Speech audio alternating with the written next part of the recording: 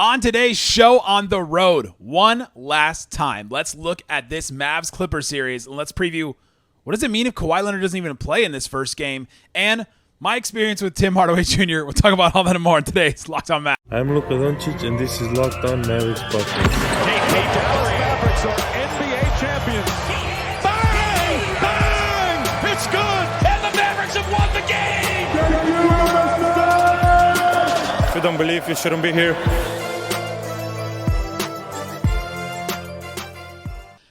And welcome. You are locked on to the Dallas Mavericks. My name is Nick Engstead, media member and NBA channel manager for the Locked On Podcast Network, your team every day. Thanks for being part of the show, making Locked On Mavs your first listen today, where the best way you can help us grow the show is to listen every day on any podcast platform, like the video on YouTube, and comment anything below. Give me a score prediction for Game 1 in the comment section. Give me your score prediction on YouTube. Today, we'll talk about the injury report. Finally came out. We finally got a little bit more insight and knowledge on who's going to play for the Mavericks, who's not going to play potentially for the Clippers. We got the line, the updated line for the game, so we'll talk about that with FanDuel. And I got some keys to the game for this first Game 1 because I'm feeling some vibes here. I'm here in LA. Finally made it. Took forever. I had an interesting flight over here, and so did a certain Maverick, and I'll talk about that and explain that. But I gotta start here. Kawhi Leonard's status has been a huge story this whole time. Imagine back Mavs Jazz. Luka's status was a huge thing going into that series. We talked about it every day. Now we're talking about Kawhi Leonard's status every single day. And he's officially listed as questionable. He's still listed as questionable, but it doesn't sound like, from everything we heard from Lawrence Frank, Ty Lue, even Paul George. Paul George said something like, he'll join us at some point or something like that. Does not sound like Kawhi Leonard's going to play Game 1. He has not really even shot the ball very much in practice. He's not participated in contact in practice at all. You don't really go from non-contact practice to like playing in a game just like that. I can't imagine him playing in this first game. And if you start to look at the spacing between some of these games, you've got this game is an early afternoon Sunday game, and then you've got, a day off, and then you've got the Tuesday game, and then you've got like two days off, and then you've got the Dallas games. And so I would imagine that I can't imagine him playing either of these two first games if I really start to think about his status. But again, it's Kawhi Leonard. We don't know. We don't know his status a lot of times. We don't know what he's going to be. So I'm assuming now that he's not going to play in Game 1 from everything that we heard. We'll see what happens going forward, but it's like Jason Kidd told me at practice the other day. I asked him, how do you deal with and prepare for a team that has shown you a bunch of different things? This Clippers team as a team, I didn't even really refer to Kawhi, but it applies to this too. This Clippers team showed really bad stretches. They lost like 7 or 8 games in a row when they first got James Harden. They had an amazing stretch where they were one of the best teams in the league for a couple months after that, and just showed everybody that, this is a Clippers team that should be potentially a title contender. And then they were like a 500 team with the second worst defense in the NBA from February to March, and then they kind of ended the season on a little bit of a high note there. But still, the last 2 months before the end of it was really, really bad. And so I asked Jason Kidd, how do you prepare for a team like this? And Kidd said, you've got to prepare for them at their best. Take them at what their best would be and prepare for them like that. Imagine that you're going to get their best. And so the Mavs are going to keep imagining that they get and preparing that they get the best from the Clippers. Now, Kawhi Leonard would be part of that. And if you're going to go into a game and think, man, let's prepare for their best, and all of a sudden their best player is not there, and their best defensive player, huge ramifications on that side of things. With Kawhi Leonard out, I think that this Mavericks team now has to be careful that James Harden, this is one of my keys, don't let James Harden pick and roll you to death. I think that's a huge thing. The pick and roll defense becomes a much bigger thing. Before, you had the pick and roll was an option. It was something that they could do. And Kawhi and Paul George getting their own shots, taking the mid-range jumpers they like to take, and doing all that, winning the battle one-on-one was like this whole part of this Clippers offense. Now it's just James Harden with the pick and roll, and it's Paul George doing his thing, and then Norman Powell, adding some stuff as well.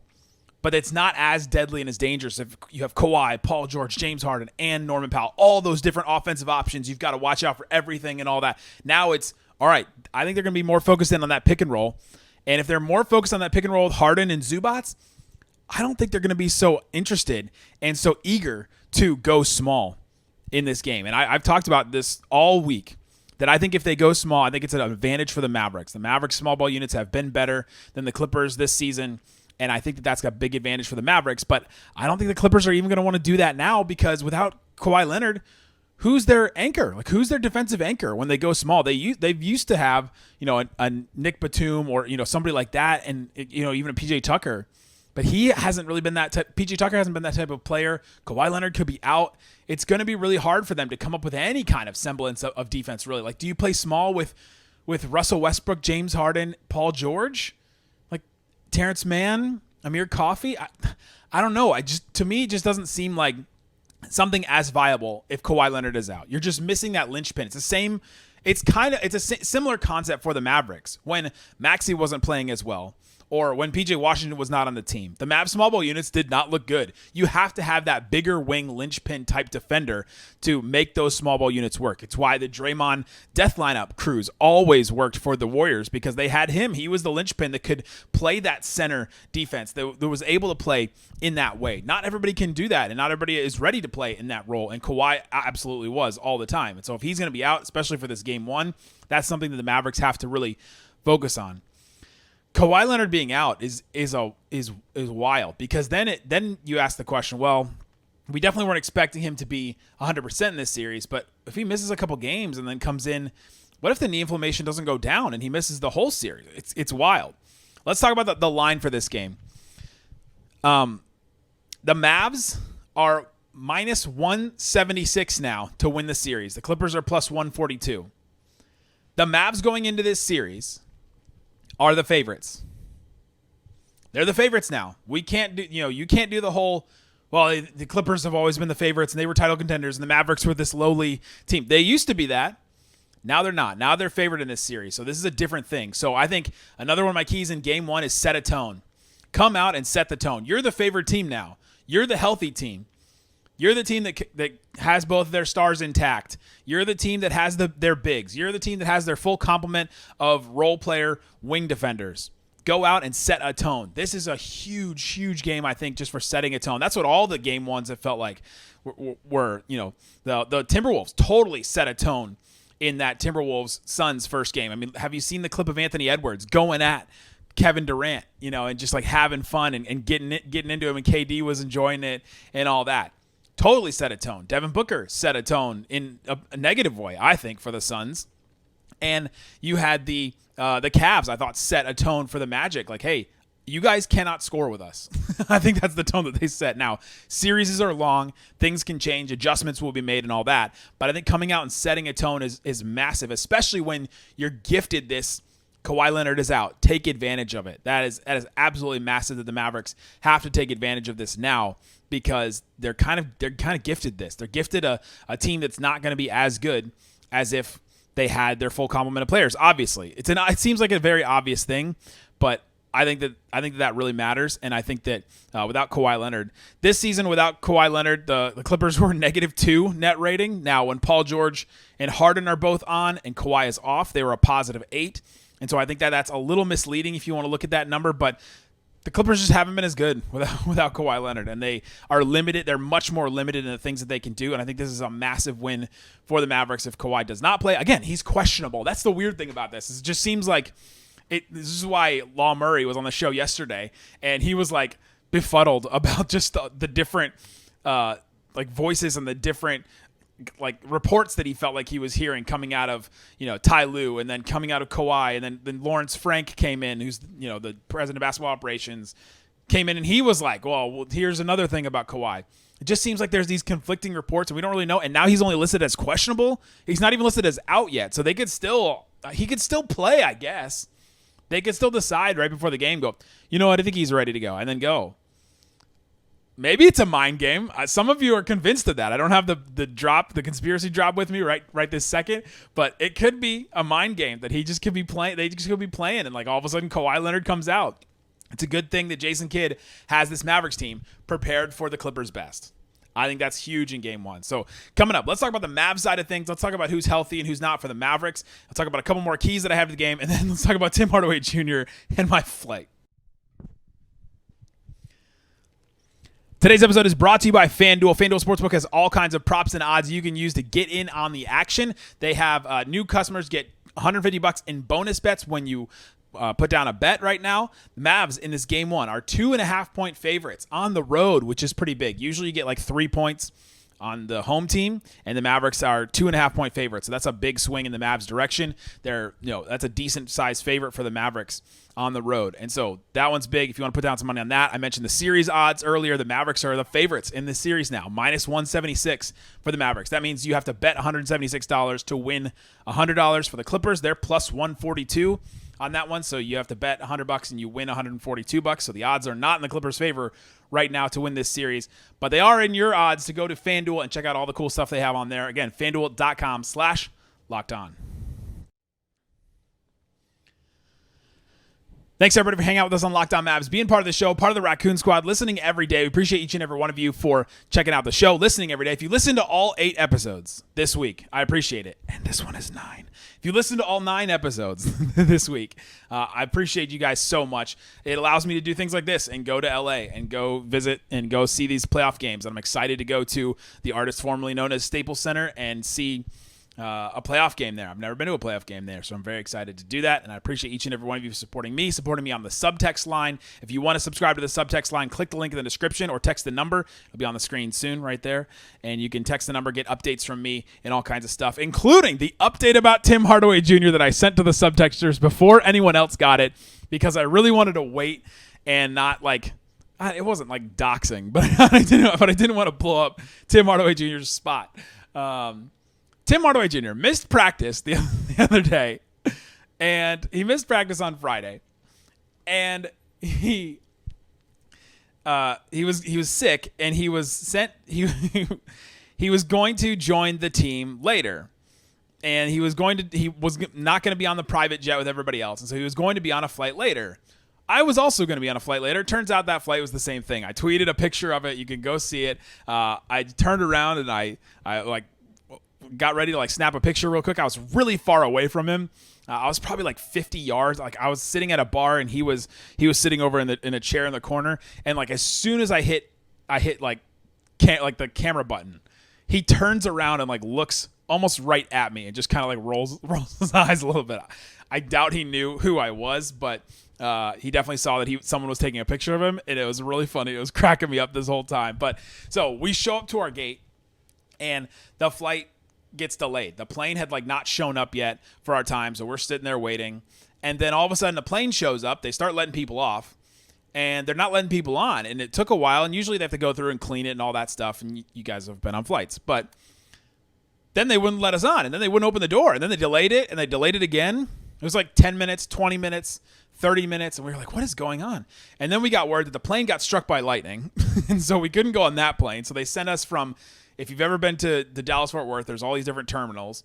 And in Terminal D, which is where we were, there's gate 1, 2, 3, and 4 are in its own section, all the way far down the end by themselves. You have to walk, you have to walk a quarter mile away from all the other gates just to get to D 1, 2, 3, and 4. It's very far. And so then they sent us all the way to D37, which is on the complete opposite side of the terminal, which is very far. And so then Tim Hardaway Jr., myself, and all the other people around me, we all got our stuff and waddled all together all across the terminal back over there. So his flight was delayed, and that's why Tim Hardaway Jr. was not at practice on Saturday. He did not make it with the team because his and my flights, our flight was delayed. He was flying with us, commercial with everybody else, sitting in first class, obviously. And I was cracking up thinking about Tim Hardaway Jr. on the same flight as me and not being able to make it. But he is the only one. I tell all this story because, one, it's funny, and two, he is the only one listed on the Mavericks injury report. He is listed as questionable because of an illness. He looked fine to me. I saw him talking on the phone, and he seemed like he was fine there, but you can't really tell how somebody feels just by looking at him normally. But he's the only one listed on the Mavs injury report. He's just questionable. And he made it here. I can confirm that he did make it to LA because I made it to LA as well. He's the only one. And that means that Derek Lively is not on the injury report, which is an awesome thing. I love that Derek Lively is going to get this opportunity, get this experience. I don't know how much he's going to play. I think Jason Kidd should use him. I'm curious to see the big, small of it all and to see what they decide to do with it. But I'm so encouraged for the Mavericks that Derek Lively is able to play and that he's able to get that playoff experience. And also, the Mavericks can run out all their centers, and the Mavericks can run their full complement of Gafford, Lively, Maxey at the 5 if they want, PJ at the 5 if they want to really go small and do that. That's such an advantage, especially over a team with the Clippers who have Zubats, who Luka can play off the floor, and the Clippers don't necessarily have that type of player that can play players off the floor in the playoffs. James Harden is going to try. Paul George is probably going to try, but there's only certain players that can play guys off the floor in a playoff setting. It just doesn't happen. Look at the Suns. They just played Rudy Gobert, and yes, Rudy Gobert has gotten better this season at defending in space, about defending on the perimeter and all that. But Devin Booker and KD, they don't play guys off the floor necessarily. And so they didn't play Gobert off the floor, and they didn't make it hard for him really or anything defensively. And so he was able to stay out there, and boom, Timberwolves won the game, and Rudy Gobert was a huge part of it, 16 rebounds in that game. Massive. So I think for the Mavericks, it's awesome to have Gafford, Lively, all those fouls that they can have, and then Maxey as well. It's amazing to have everybody at full strength. It feels like half of this preview is well, if Kawhi is out, then that's good for the Mavericks. And if Lively plays, then that's good for the Mavericks. It's yes, obviously. It seems very obvious, but these are really good things in the Mavericks' favor, and I'm excited that in Game 1, the Mavericks have the opportunity to really set a tone because they have all their complement of players. I think Tim will play, but we'll see. Even if Tim doesn't play, they still have basically all their role players. Their stars are there. Their stars are healthy. And they're playing against a Clippers team that has a lot of questions and has a lot of question marks. And like I talked about with Law Murray yesterday from The Athletic, I thought it was just really great insight on the Clippers because he has covered this team for a really long time. He came on Locked On Mavs back when the Mavs played the Clippers in 2021, a long time ago. And so he has seen this team from he wrote an article about the Blake Griffin days all the way up until the present. And this Clippers team has a ton of pressure on it. I think this Mavericks team could have some pressure on it. Hey, this is an opportunity for us to go win. The West seems wide open except for the Nuggets. But even the Nuggets, are not invincible. But I think that this Mavericks team just making the playoffs, and then if they win a series, that's like a success for them this season, right? After what happened last year. But I think this Clippers team has a lot of pressure on it, and I think that is something that the Mavericks have taken advantage of in the past. When the Suns came in and the Suns had a ton of pressure on them, hey, you're the 64-win team. You've got to win this series, and this is your opportunity to go to the finals again, and they couldn't do it. And they lost in Game 7, and they crumbled under the pressure. And I'm fascinated to see what this Clippers team does because this Clippers team also has crumbled under the pressure. Remember one of the You won't remember this, but I do remember this. One of the reasons why Darian Vaziri is the host of Locked On Clippers is because I, as the NBA channel manager, was looking for a Clippers host, and I found his viral clip from 2021 of the Clippers losing a 3-1 lead in the playoffs and him going nuts on his couch about it and going insane about how this Clippers team lost a 3-1 lead and how ridiculous it was and how guys should get fired. And I thought that it showed so much of exactly who he is as a podcast host and as a broadcaster and all that and as a talent. But I bring that up because this Clippers team has folded under pressure before. We've seen this before, and they have pressure on them, especially with Kawhi out. The pressure now goes on Paul George, who was part of that team that collapsed in that 3-1 lead. And the pressure now goes on James Harden. Has James Harden ever crumbled under pressure in the playoffs? This is his shot. This is like his shot to go win a title. I don't know how much better his chances are getting as he gets older and as this Clippers team gets older and as everybody else in the West gets better and old and younger and all that. I think this is an opportunity for the Mavericks, and I'm feeling really good about this series. And with Kawhi Leonard out, I'm really feeling Mavs in 5. I really am. I've been saying Mavs in 6 to give the Clippers respect because I think this Clippers team is very good. They've got some depth. They've got some pieces. They've got a great coach. They had Kawhi Leonard, and now with the Kawhi Leonard status is all up in the air, and I just don't know. But if he doesn't play in Game 1, I'm going Mavs in 5. Because I think this Mavericks team is going to come in there, and I think that they're going to be able to take advantage of the pressure that's going to be on the Clippers. They're going to crumble under it, and I think the Mavericks, the way that they've been playing, are going to be able to thrive and to be really take advantage of this Clippers team the same way that they took advantage of the Suns in 2022. Now, that was a 7-game series, but that Game 7, it made it feel like they got swept in that Game 7 because of how crazy it was for them. A couple other keys that I have. I mentioned pick and roll. I mentioned set a tone. Physicality. Physicality is going to be huge. I think this is a big advantage for the Mavericks now. The Mavericks didn't used to be a physical team. Now they have Gafford. They have PJ. They have guys that can be physical. Luka can be a really physical guard too. I think the refs are really letting them play.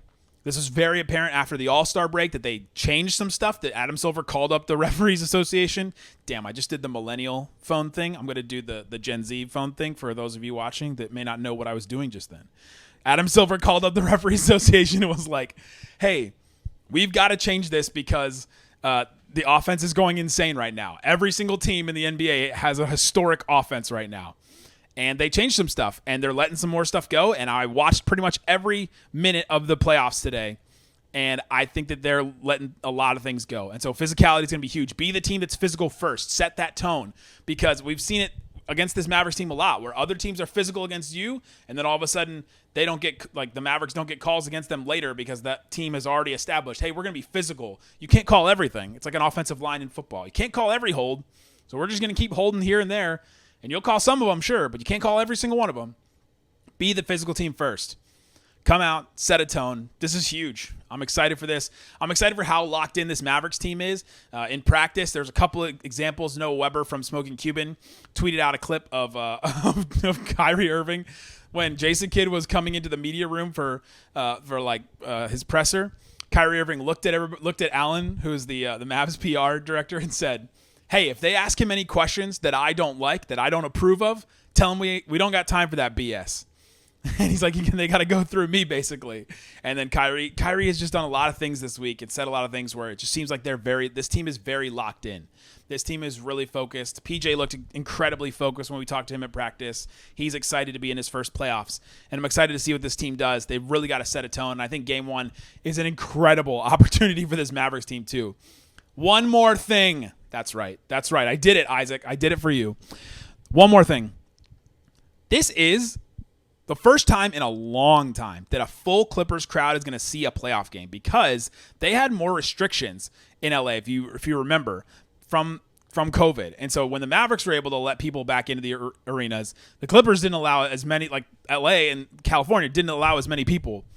And they had stuff in the bubble. They missed the playoffs a couple times. Like, they have not had this core in front of a Clippers crowd in a long time.